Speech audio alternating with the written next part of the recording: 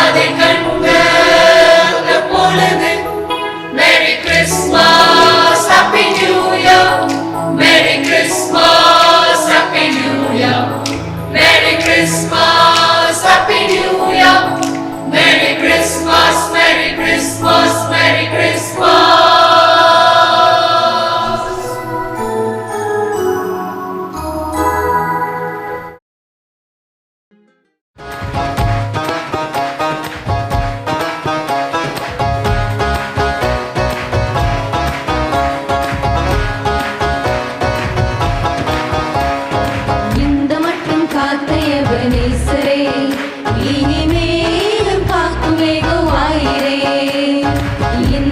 மட்டும் காத்த எபனேசரே, இனிமேலும் காக்கும் யெகோவாயிரே.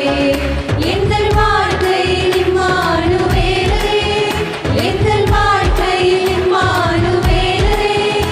இந்த வருடத்தின் நாட்களிலே, இந்த வருடத்தின் நாட்களிலே ஸ்தோத்தரிப்போம் நாமே துதிகளுடனே, ஆர்ப்பரிப்போம் அன்பரே சுவையே.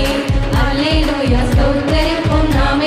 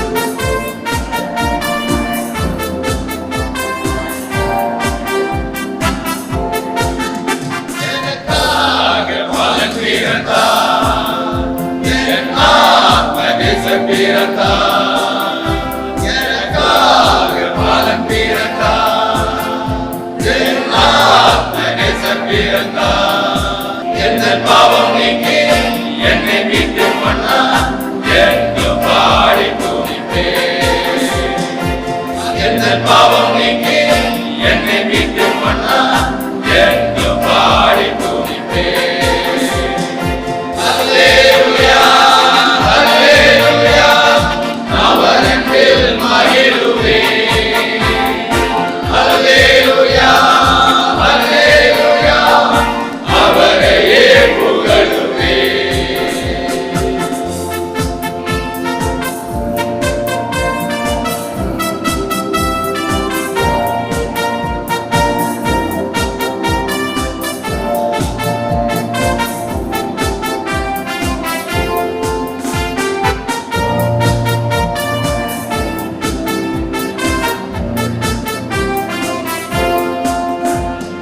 மானிடக்காய் தன்னை ஈவாய் தந்தார் தாயன்பில் மேலானதே. காலங்கள் ஆயிரம் பாடினாலும் என் நன்றி ஈடாகுமோ. மானிடக்காய் தன்னை ஈவாய் தந்தார் தாயன்பில் மேலானதே. காலங்கள் ஆயிரம் பாடினாலும் என் நன்றி ஈடாகுமோ. அல்லேலூயா அல்லேலூயா அவரில் மகிழுவே. அல்லேலூயா அல்லேலூயா அவரையே புகழுவே.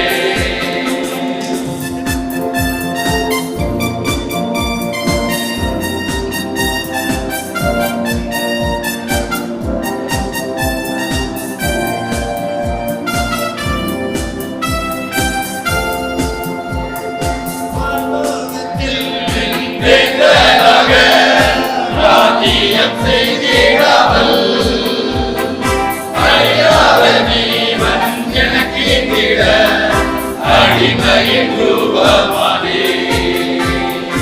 வானோகத்தில் வேந்தனாக ராஜ்யம் செய்திடாமல் அழியாத நீவன் எனக்கு இந்திட அடிமையின் ரூபமானே. அல்லேலூயா அல்லேலூயா அவரில் மகிழுவே. அல்லேலூயா அல்லேலூயா அவரையே புகழுவே. எந்த பாவம் நீக்கி என்னை மீட்டு பண்ணா என்று பாடி துதிப்பே. எந்த பாவம் நீக்கி என்னை மீட்டு பண்ணா என்று பாடி துதிப்பே. இயேசு கிறிஸ்துவின் நாமத்தினாலே மீண்டும் ஒரு முறை நல் மேய்ப்பன் குரல் மூலமாக உங்களை சந்திப்பதில் மிகவும் மகிழ்ச்சி அடைகிறேன். Wish you all a happy new year. உங்கள் அனைவருக்கும் புதிய வருடத்திற்கான வாழ்த்துதலையும் ஆசீர்வாதத்தையும் கூறிக்கொள்வதிலே மகிழ்ச்சி அடைகிறேன். தாராவி நல்ல மேய்ப்பன் ஆலயத்தின் சார்பாக இந்த நிகழ்ச்சியை காண்கிற ஒவ்வொருவரையும் புத்தாண்டு வாழ்த்துதலை கூறி வாழ்த்துகிறோம், ஆசீர்வதிக்கிறோம். இந்த ஆண்டிலே தேவன் வாக்குத்தத்தமாக கொடுக்கிற வார்த்தை சங்கீதம் 29:11 வாக்கியம் சொல்கிறது, கர்த்தர் தமது ஜனத்திற்கு பலன் கொடுப்பார், கர்த்தர் தமது ஜனத்திற்கு சமாதானம் அருளி அவர்களை ஆசீர்வதிப்பார் என்று. தேவன் இந்த வருடத்திலே நம்மை பலப்படுத்தி நமக்கு சமாதானம் தந்து நம்மை ஆசீர்வதிப்பார் என்று வாக்குறுதியாக கொடுக்கிறார். தேவனை தஞ்சமாய் கொண்டிருக்கிற ஜனம் பாக்கியம் உள்ளது என்று வசனம் சொல்கிறது. அவர் மீது நம்பிக்கையுடையவர்களாக அவர் யாரை தம்முடைய ஜனம் என்று அழைக்கிறார்களோ அவர்களை நிச்சயமாக பலப்படுத்துகிறவராய் இருக்கிறார். சங்கீதம் 46 முதல் வசனத்திலே சொல்கிறது, தேவன் நமக்கு அடைக்கலமும் பலனும் ஆபத்து காலத்தில் அனுகூலமான துணையுமானவர். தேவன் நமக்கு பலனாக இருக்கும்போது இந்த உலகத்திலே நேரிடுகிற எந்த ஒரு சோதனைகளாகவும் பிரச்சனைகளாகவும் கண்ணிகளாக இருந்தாலும் தேவன் எல்லாவற்றுக்கும் நம்மை பலப்படுத்தி நீங்களாக்கி இரட்சிக்க அவர் வல்லவராயிருக்கிறார். அநேக முறை நம்மளுடைய வாழ்க்கையிலே ஒரு சில பிரச்சனைகளை நாம் காணும்போது கலங்குகிறோம். இந்த பிரச்சனையிலிருந்து நாம் எப்படி விடுவு பெறுவோம் என்று எண்ணுகிறோம். ஆனாலும் தேவன் அனுதினம் நம்மை பலப்படுத்தி வழி நடத்துகிறார். பவுலடியார் சொல்லுகிறார், பிலிப்பியர் 4ஆம் அதிகாரம் 13வது வசனத்திலே, என்னை பலப்படுத்துகிற கிறிஸ்துவினாலே எனக்கு எல்லாவற்றையும் செய்ய பலனுண்டு என்று. நிச்சயமாக தேவன் அவருடைய பிள்ளைகளுக்கு பலன் தந்து அவர்களை ஆசீர்வதிக்கிறவராயிருக்கிறார்.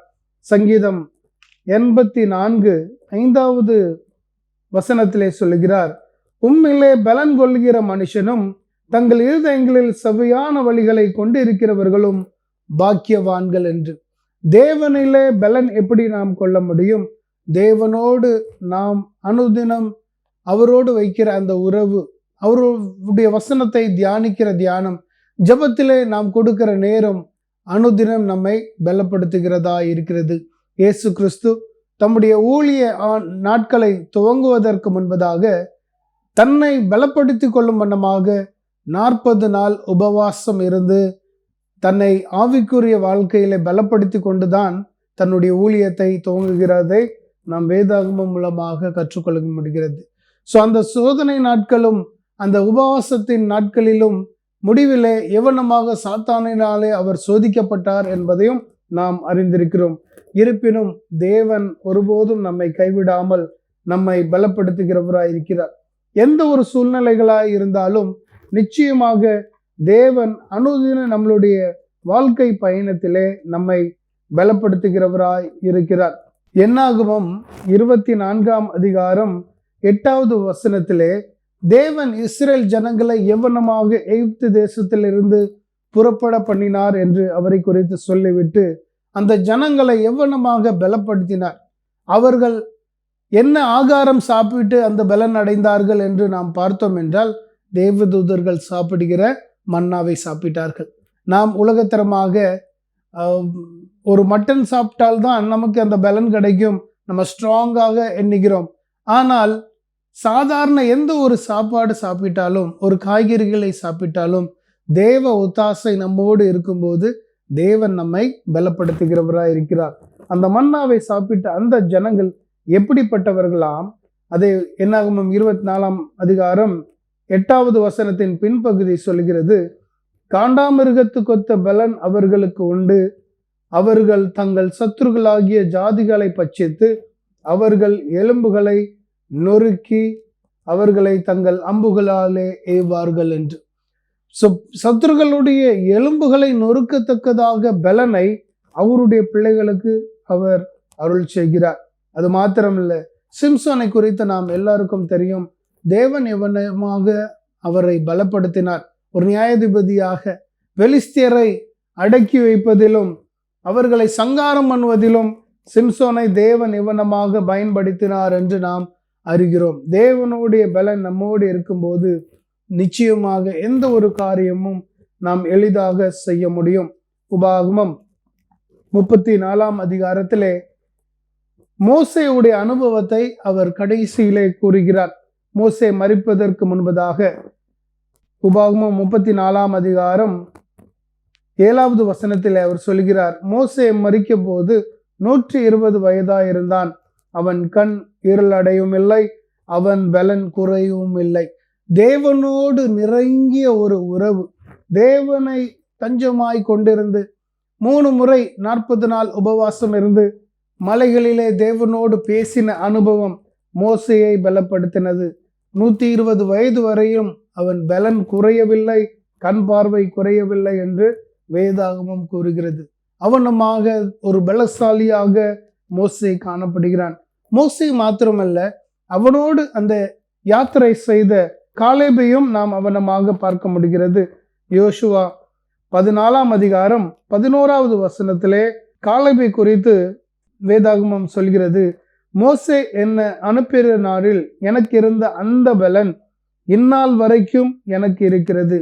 யுத்தத்திற்கு போக்கும் வருத்தமாய் இருக்கிற அப்போது எனக்கு இருந்த பலன் இப்போதும் எனக்கு இருக்கிறது என்று காலேப் தன்னை குறித்து சாட்சி கூறுகிறதை நாம் பார்க்க முடிகிறது. அந்த யாத்திரை எகிப்து தேசத்திலிருந்து அந்த கானான் தேசத்துக்கு வரைக்கும் செய்கிற யாத்திரையிலே 2 பேர்தான் அந்த பாலும் தேனும் ஓடுகிற தேசமாகிய கானானிலே பிரவேசித்தார்கள். அதிலே ஒருவர் யோசுவா, மற்றொருவர் காலேப். காலேபும் தன்னை குறித்து சொல்லுகிற அதே வார்த்தை, என்னுடைய பலன் குறையவில்லை. மோசேக்கும் பலன் குறையவில்லை. யோசுவா தன்னை குறித்து சொல்லவில்லை. நிச்சயமாக யோசுவாவும் தேவனோடு இருந்த அந்த அனுபவம், ஐக்கியம் அவரையும் ஒரு பலசாலியாக தான் வைத்திருக்க முடியும். ஏனென்றால் யுத்தத்தை வழி நடத்துவதிலே அவருடைய பங்கு பெரிதாக இருந்தது. ஸோ இந்த வருடத்திலே தேவன் அவருடைய ஜனத்திற்கு சொல்லுகிற வார்த்தை, கர்த்தர் தமது ஜனத்திற்கு பலன் கொடுப்பார். ஒவ்வொரு பிள்ளைகளையும் நம்மை பலப்படுத்துகிறவராய் இருக்கிறார். என்னென்ன காரியங்களிலே நமக்கு பலன் தேவைப்படுகிறது? அநேக முறை நாம் எதை கண்டு நாம் சோர்ந்து போகிறோம், பலனற்று போகிறோம். நம்மளுடைய வாழ்க்கையிலே ஏதாகிலும் ஒரு வியாதி வரும்போது நாம் சோர்ந்து போகிறோம், பலவீனப்படுகிறோம். தேவன் சொல்கிறார், நான் உன்னை பலப்படுத்துகிறேன். அது மாத்திரமல்ல, ஏதாகிலும் ஒரு குறைவு ஏற்படும்போது, ஏதோ ஒரு கிரைசிஸ் வரும்போது, அது ஒரு ஃபைனான்சியல் கிரைசிஸாக இருக்கலாம், ஹெல்த் கிரைசிஸாக இருக்கலாம், இமோஷனல் கிரைசிஸாக இருக்கலாம். எந்த ஒரு குறைவாய் இருந்தாலும் தேவன் இந்த வருடத்தை சொல்லுகிறார், நான் உங்களை பலப்படுத்துவேன் என்று. நிச்சயமாக அவர் இந்த ஆண்டிலே அவருடைய ஜனம், அவரை தஞ்சமாய் கொண்டிருக்கிற ஒவ்வொரு பிள்ளைகளையும் அவர் பலப்படுத்தி வழி நடத்துவார். 2வது ஆசீர்வாதம் இந்த வருடத்தில் அவர் சொல்லுகிறார், கர்த்தர் தமது ஜனத்திற்கு சமாதானம் அருளி என்று. சமாதானத்தை அவர் அருள் செய்வார் என்று வசனத்தின் பின்பகுதி சொல்கிறது. சங்கீதம் 29:11 வசனத்தின் மைய பகுதி, கர்த்தர் தமது ஜனத்திற்கு சமாதானம் அருள் செய்வார். இந்த சமாதானத்தை நாம் எப்படி பெற்றுக்கொள்ள முடியும்? சங்கீதம் 122:7 வசனத்திலே அவர் சொல்கிறார், உன் அலங்கத்துக்குள்ளே சமாதானமும் உன் அரண்மனைக்குள்ளே சுகமும் தங்கியிருப்பதாக. இந்த ஒரு இல்லத்திலே சமாதானம் இருக்க வேண்டும் என்றால் அதோடு சேர்ந்து சுகமும் தேவை. யாராகிலும் வியாதியாக இருக்கும்போது அந்த இல்லத்திலே நிச்சயமாக சமாதானம் இருக்காது. ஆனால் தேவன் சொல்கிறார், வியாதியை உன்னை விற்று அகற்றுவேன் என்று. ஸோ தேவன் வியாதிகளை நீக்கி இந்த வருடத்திலே ஒவ்வொரு பிள்ளைகளையும் சமாதானத்தின் பாதையிலே நிச்சயமாக வழி நடத்துவார். ஏசாயா தீர்க்கதரிசியின் புஸ்தகம் 54:13 வசனத்திலே அவர் சொல்லுகிறார், உன் பிள்ளைகள் எல்லாரும் கர்த்தராலே போதிக்கப்பட்டு இருப்பார்கள், உன் பிள்ளைகளுடைய சமாதானம் பெரிதாய் இருக்கும் என்று. நாம் மாத்திரமல்ல, நம்மளுடைய பிள்ளைகளை குறித்து நாம் அதிக அக்கறையுடையவர்களாக இருக்கிறோம். நம்மளுடைய பிள்ளைகளுக்கு நாம் சிறந்த கல்வியை கொடுக்க வேண்டும் என்று பிரயாசப்படுகிறோம். அவர்களுக்கென்று பெஸ்ட் ஸ்கூல் எது, பெஸ்ட் டியூஷன் கிளாஸஸ் எது என்று நாம் பார்த்து அவர்கள் சிறந்த கல்வியை கற்றுக்கொள்ள வேண்டும் என்று அதிக நேரம் நம்மளுடைய பிள்ளைகளுடைய எதிர்காலத்திற்காக நாம் பிரயாசப்படுகிறோம். ஆனால் தேவன் சொல்கிறார், எப்பொழுது உங்களுடைய பிள்ளைகள் கர்த்தராலே போதிக்கப்படுகிறார்களோ அவர்களுடைய சமாதானம் பெரிதாய் இருக்கும் என்று. தேவனை தேடுகிற அந்த அனுபவத்தை பிள்ளைகளுக்கு கற்றுக் கொடுக்க வேண்டும். தேவனோடு இருக்கிற அந்த ஐக்கியத்தை நாம் அதிகரித்து கொள்ள வேண்டும். பிள்ளைகளுக்கு வேதாகமத்தை கற்றுக் கொடுக்க வேண்டும். வாசிக்கிற அனுபவத்தை அவர்களுக்கு சொல்லிக் கொடுக்க வேண்டும். ஜெபிக்க கற்றுக் கொடுக்க வேண்டும். முதலாவது தேவனை தேடும் போது இந்த உலகத்திற்குள்ள எல்லாவற்றையும் அவர் கூட கொடுப்பார் என்று வசனம் சொல்கிறது. அவருடைய ராஜ்யத்தை குறித்து நாம் வாஞ்சையுடையவர்களாக இருக்கும்போது நிச்சயமாக அவர் நமக்கு சமாதானத்தை தருவார். ஒரு பீஸ்ஃபுல்லான லைஃப் நாம் வாழ வேண்டும் என்றால் தேவனோடு நாம் எவ்வளவு நேரம் செலவிடுகிறோமோ, எவ்வளவு ஐக்கியப்படுகிறோமோ, நிச்சயமாக தேவன் அவ்வளவாக நம்மை ஆசீர்வதிக்கிறவராய் இருக்கிறார். மத்தேயு 5:9 வசனம் சொல்கிறது, சமாதானம் செய்கிறவர்கள் பாக்கியவான்கள், அவர்கள் தேவனுடைய புத்திரர் என்று அழைக்கப்படுவார்கள் என்று. ஸோ தேவன் அவருடைய பிள்ளைகள் என்று நம்மை அழைக்க வேண்டும் என்றால் நாம் சமாதானம் பெற்றவர்களாக மாத்திரமல்ல, அந்த சமாதானத்தை பிறரோடு பகிர்ந்து கொள்கிற அனுபவம் நம்மளுடைய வாழ்க்கையிலே நிச்சயமாக தேவை. நம்மளிடத்திலே சமாதானம் இருந்தால்தான் அந்த அனுபவத்தை நாம் மற்றவரிடத்திலே பகிர்ந்து கொள்ள முடியும். தேவன் நிச்சயமாக ஒவ்வொரு பிள்ளைகளுக்கும் சமாதானம் அருள் செய்வார். நீங்கள் அதை பிறரிடத்திலே பகிர்ந்து கொள்ளும் போது இந்த சமுதாயம் சமாதானம் உள்ளதாக மாறும் என்பதிலே நிச்சயமாக எந்த ஒரு சந்தேகமும் இல்லை. பிலிப்பியர் 4:7 தேவன் சொல்கிறார், பவுலடியார் மூலமாக, எல்லா புத்திக்கும் மேலான தேவ சமாதானம் என்கிற அந்த வார்த்தையை நாம் அங்கு பார்க்க முடியுது. ஸோ எல்லாவற்றுக்கும் மேலான ஒரு அனுபவம் தான் அந்த தெய்வீக சமாதானம். நிச்சயமாக இந்த ஆண்டிலே அவருடைய பிள்ளைகளுக்கு அவர் அளிச்சுகிறார். மூன்றாவது காரியம், அந்த சங்கீதம் 29:11 அவர் சொல்கிறார், அவர்களை ஆசீர்வதிப்பார் என்று, அவருடைய ஜனத்தை ஆசீர்வதிப்பார் என்று. முதல் 2 காரியங்களை பார்த்தோம். முதலாவது, அவர் தனது ஜனத்திற்கு பலன் கொடுப்பார். 2வது காரியம், அவர் அவர்களுக்கு சமாதானம் கொடுப்பார். 3வது காரியம், அங்கே அவருடைய ஜனங்களை ஆசீர்வதிப்பார் என்று. அவருடைய பெரிதான ஆசீர்வாதங்களை நாம் உபாகமம் 15 நாம் பார்க்க முடிகிறது.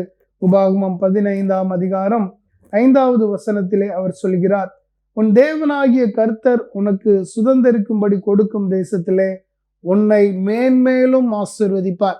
ஒவ்வொரு ஆசீர்வாதமும், தேவனுடைய ஆசீர்வாதங்கள் வித்தியாசமாகப்படும். அவருடைய ஒரு ஆசீர்வாதங்களை பெற்றுக்கொண்ட நாம் இன்னும் அதிகமான ஆசீர்வாதங்களை பெற்றுக்கொள்கிறது அனுபவத்தை தான் இங்கே அவர் சொல்கிறார், மேன்மேலும் உன்னை ஆசீர்வதிப்பார் என்று. ஸோ ஆசீர்வாதத்திற்கு மேலே ஆசீர்வாதம், படிப்படியாக நம்மளுடைய வாழ்க்கையையும் வாழ்வாதாரத்தையும் தேவன் உயர்த்தி நம்மை இந்த புதிய ஆண்டிலே கனப்படுத்தி ஆசீர்வதிக்க வல்லவராயிருக்கிறார். தேவன் என்னை இதுவரைக்கும் ஆசீர்வதித்திருக்கிறார், இது போதும் என்று ஒருபோதும் நாம் எண்ணிவிடக்கூடாது.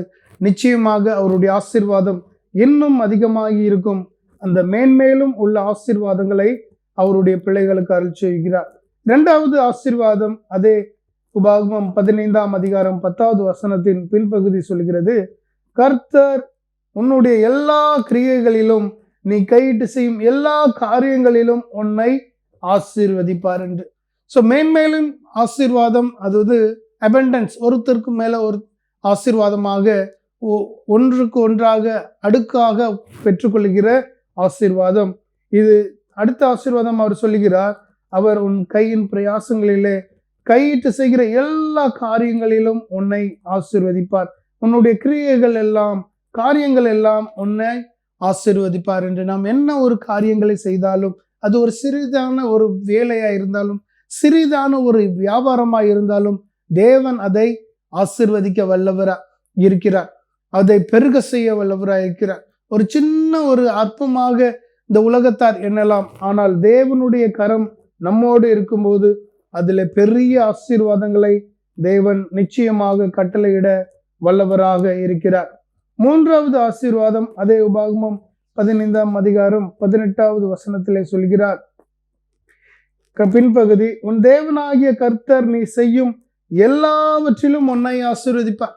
கையின் காரியங்கள் மாத்திரமல்ல, எல்லாவற்றையும், ஆல் இன்க்ளூசிவ், எந்த ஒரு காரியங்களையும் அவர் விடாமல் எல்லாவற்றையும் நான் உன்னை ஆசீர்வதித்து வழி நடத்துவேன் என்று சொல்கிறார். நம்மை படைத்த தேவன் இந்த ஆண்டிலே அவர் சொல்லுகிற வாக்குறுதிகள், 3 காரியங்களை அவர் சொல்கிறார்.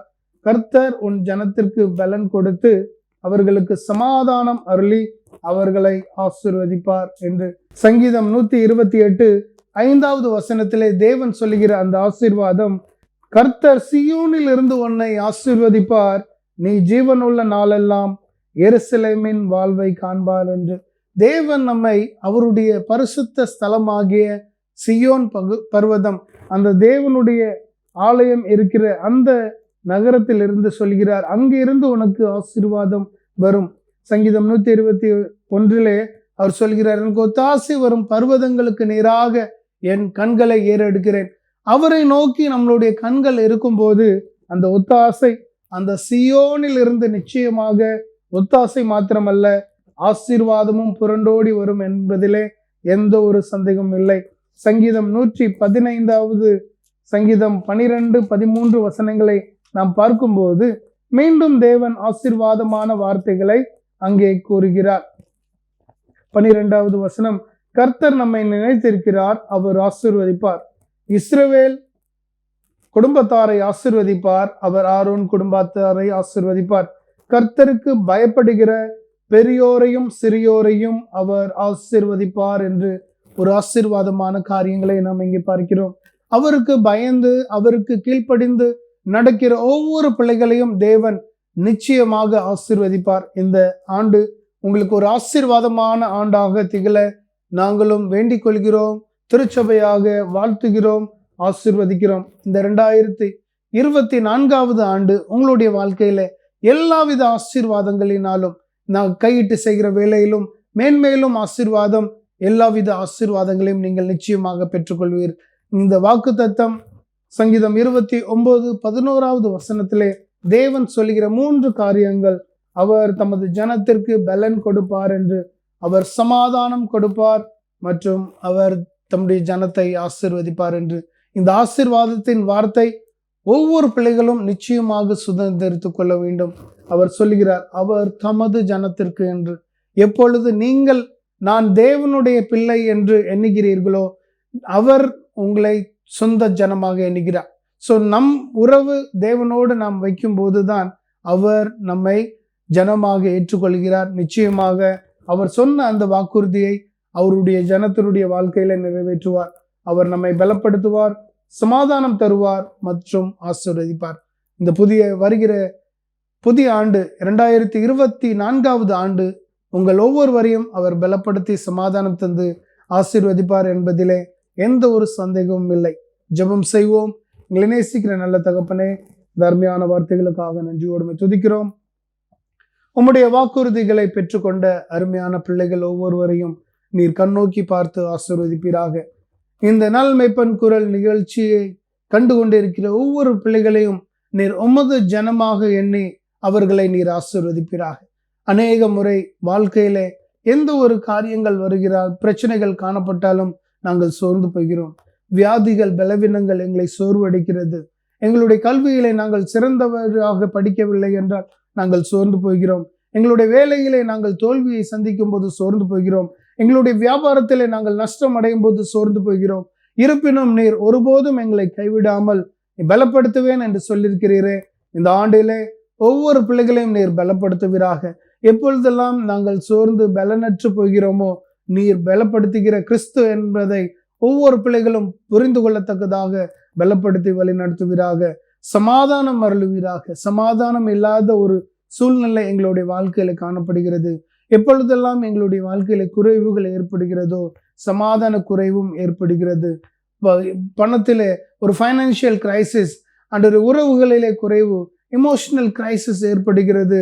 அண்ட் ஒரு எல்லா குறைவுகளையும் நீர் மாற்றி நீர் சமாதானத்தின் பாதையிலே ஒவ்வொரு பிள்ளைகளையும் நீர் நிறைத்து வழி நடத்த உங்களுடைய பாதத்தில் மன்றடிக்கிறோம். மேல்படியாக நீர் ஆண்டவரே எங்களை ஆசீர்வதிப்பேன் என்று சொல்லியிருக்கிறேன். உம்முடைய ஆசீர்வாதத்தை நிறைவாக ஒவ்வொரு பிள்ளைகளும் பெற்றுக்கொள்ள நீர் கிருபை செய்வீராக. எங்கள் திருச்சபை அங்கு மாத்திரமல்ல, இந்த நிகழ்ச்சியை பார்க்கிற ஒவ்வொரு பிள்ளைகளுக்கும் நீர் நிறைவான ஆசீர்வாதங்களை வருகிற இந்த 2024 ஆண்டிலே அருள் செய்ய வேண்டும் என்று எங்கள் அருமை இரட்சகர் இயேசுவின் மூலமாக ஜெபிக்கிறோம். ஜீவனுள்ள நல்ல பிதாவே, ஆமேன்.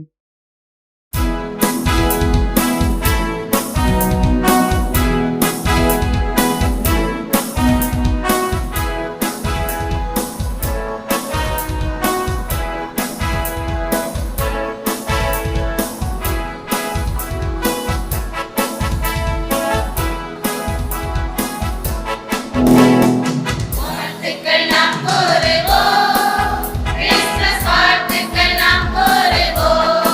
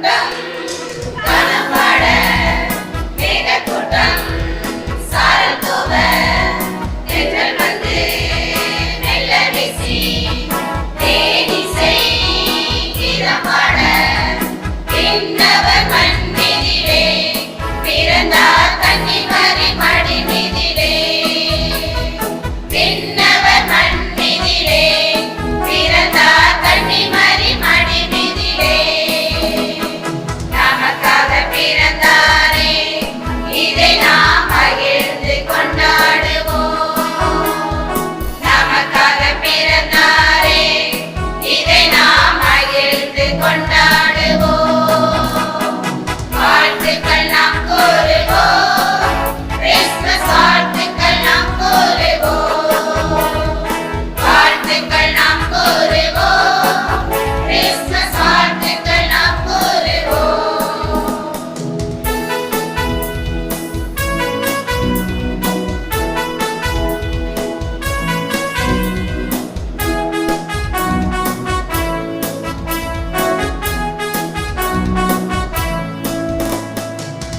வானெல்லாம் இனி இல்லை பாடிடும் சந்தோஷம் சபமினி இல்லை இல்லை வாழ்வெல்லாம் ஆனந்தம் பாவத்தின் இருளிக்கிட பிறந்தார் பாவிகளை ரட்சித்திடவே பாவத்தின் இருளிக்கிட பிறந்தார் பாவிகளை ரட்சித்திடவே நமக்காக பிறந்தாரே இதை நாம் மகிழ்ந்து கொண்டாடுவோம் நமக்காக பிறந்தாரே இதை நாம் மகிழ்ந்து கொண்டாடுவோம் வாழ்த்துக்கள் நாம் கூறுவோம் கிறிஸ்துமஸ் வாழ்த்துக்கள் நாம் கூறுவோம் வாழ்த்துக்கள் நாம் கூறுவோம் கிறிஸ்துமஸ் வாழ்த்துக்கள் நாம் கூறுவோம்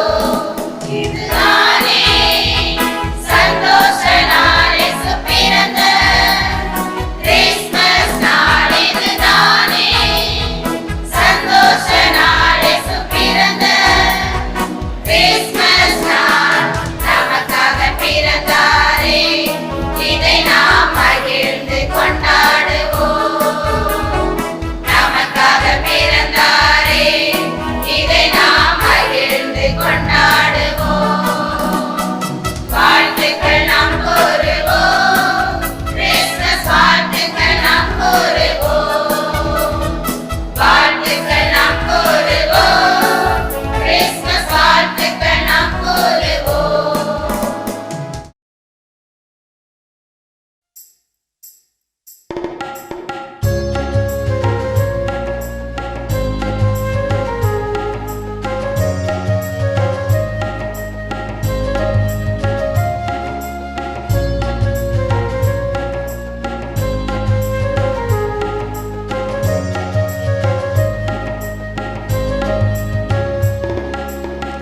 இதுவரை செய்த செயல்களுக்காக இயேசுவே உமக்கு ஸ்தோத்திரம் இயேசுவே உமக்கு ஸ்தோத்திரம் இதுவரை செய்த செயல்களுக்காக இயேசுவே உமக்கு ஸ்தோத்திரம் இயேசுவே உமக்கு ஸ்தோத்திரம்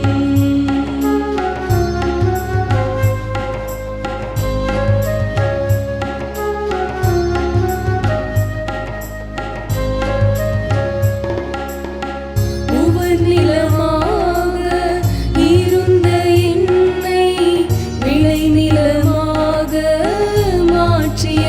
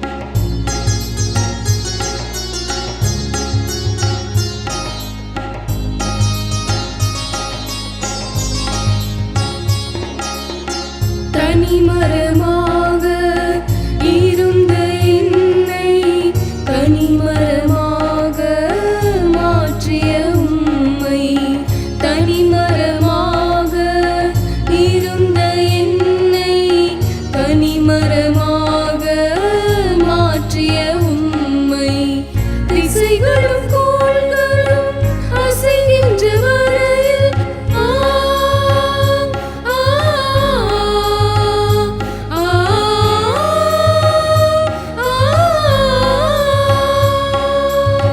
திசைகளும் கோள்களும் அசைகின்ற வரையில் இன்னிசை முழங்கியே பாடுவேன் நன்றி, இன்னிசை முழங்கியே பாடுவேன் நன்றி.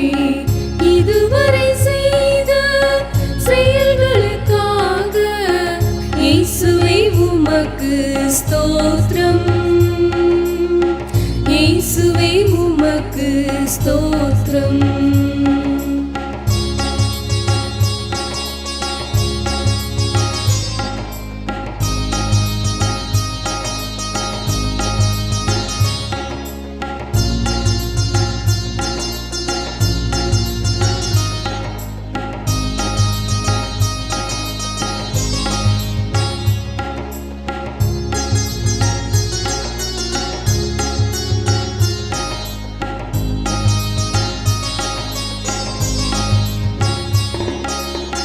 உம் சித்தம் செய்திட அழைத்தவர் நீரே, சொந்தமாய் என்னை ஏற்றுக்கொள்வீரே.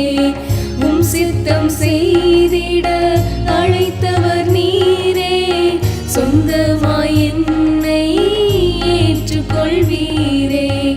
சோர்விலும் தாழ்விலும் சோதனையாவிலும்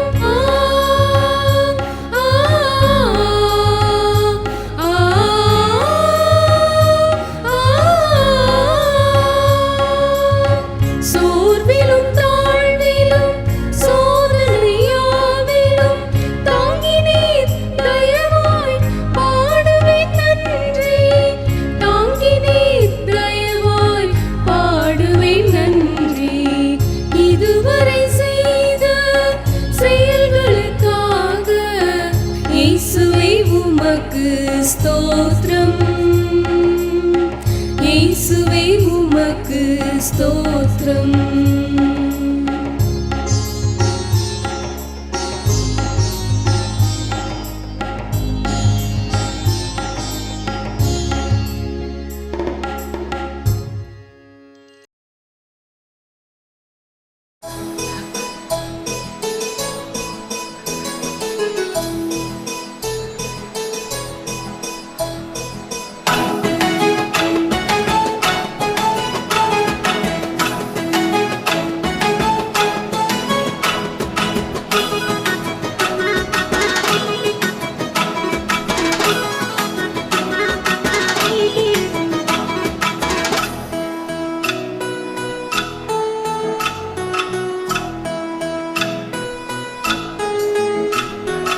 ராத்திரியில் நட்சத்திரம் செல்லுவதை பாரு, சாஸ்திரிக்கு பாதையினை சொல்லுவதை பாரு.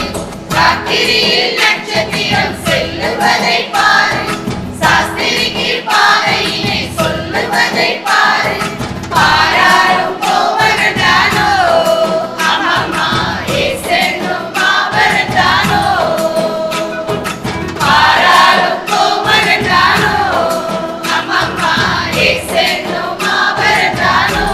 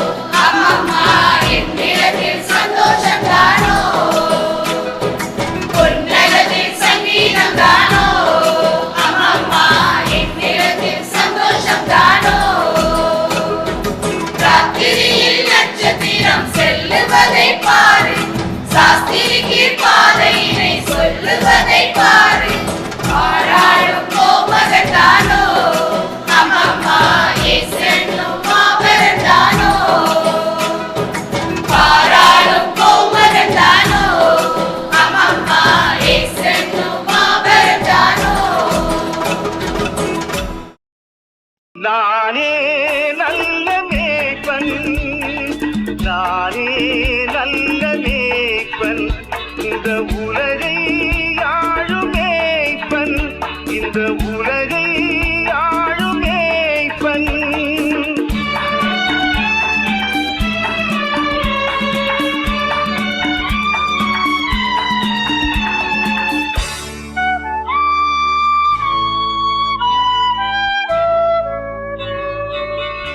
மந்தை மேய்க்கும் மேய்ப்பனாய், இந்த யான மைந்தனாய், மந்தை மேய்க்கும் மேய்ப்பனாய், இந்த யான மைந்தனாய், இதை நீக்கும் நேசனாய், இதை நீக்கும் நேசனாய் வந்தேன் சொந்தமாய். நானே நல்ல மேய்ப்பன், நானே நல்ல மேய்ப்பன்.